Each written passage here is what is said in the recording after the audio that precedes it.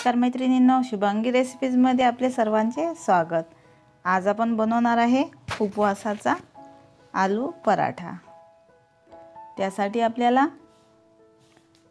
अर्धी वाटी शेंगदाणे घ्यायचे आहे, अर्धी वाटी साबुदाणा,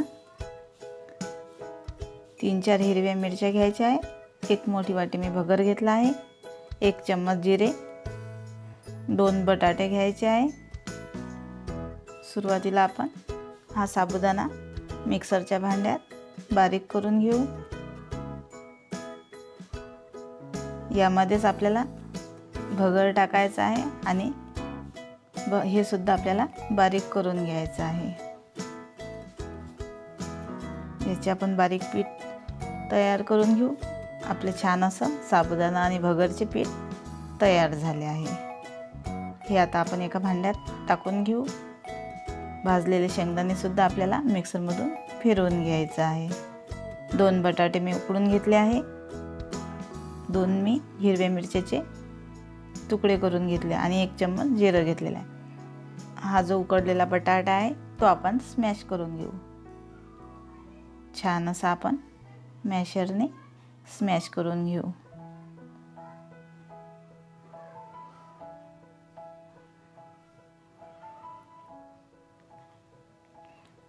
आपले बटाटे हे छान असे स्मॅश झाले आहे।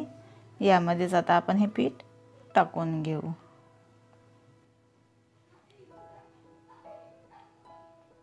यामध्ये मी 2 हिरव्या मिरचीचे काप घातले आहे।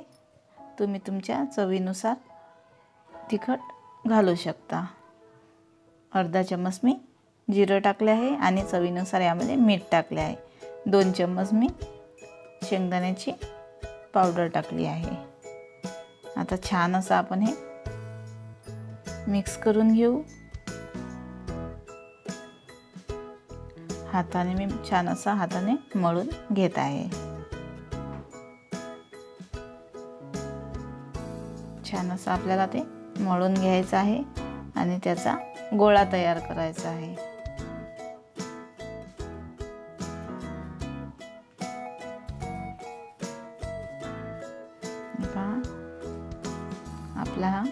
आपले पीठ हे मळून तयार झाले आहे।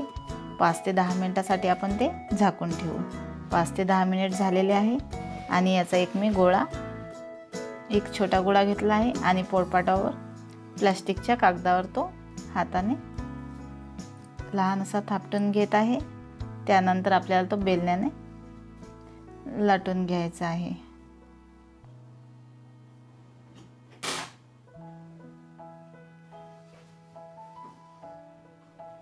छान असं आपला लाटून झाला आहे।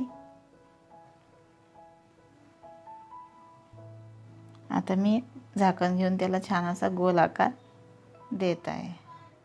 हे पहा, छान असा आपला पराठा तयार झाला। आता गॅसवर मी तवा गरम करून घेतला आहे आणि त्याला तेल लावून घेत आहे। तुम्ही तेल किंवा तूप लावू शकता। त्यावर आपल्याला हा पराठा दोन्ही बाजूने छान असा शेकून घ्यायचा आहे, भाजून घ्यायचा आहे।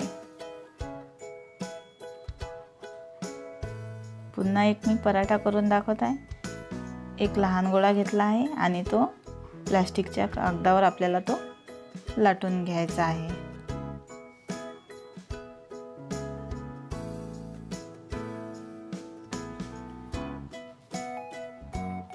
बेलण्याने आपल्याला तो लाटून घ्यायचा आहे आणि झाकणाने पुन्हा त्याला गोल असा आकार कापून घेत आहे। हे पहा,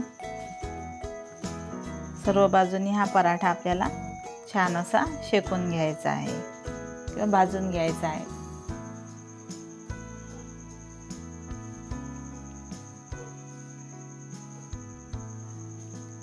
आपला पराठा तयार झाला आहे।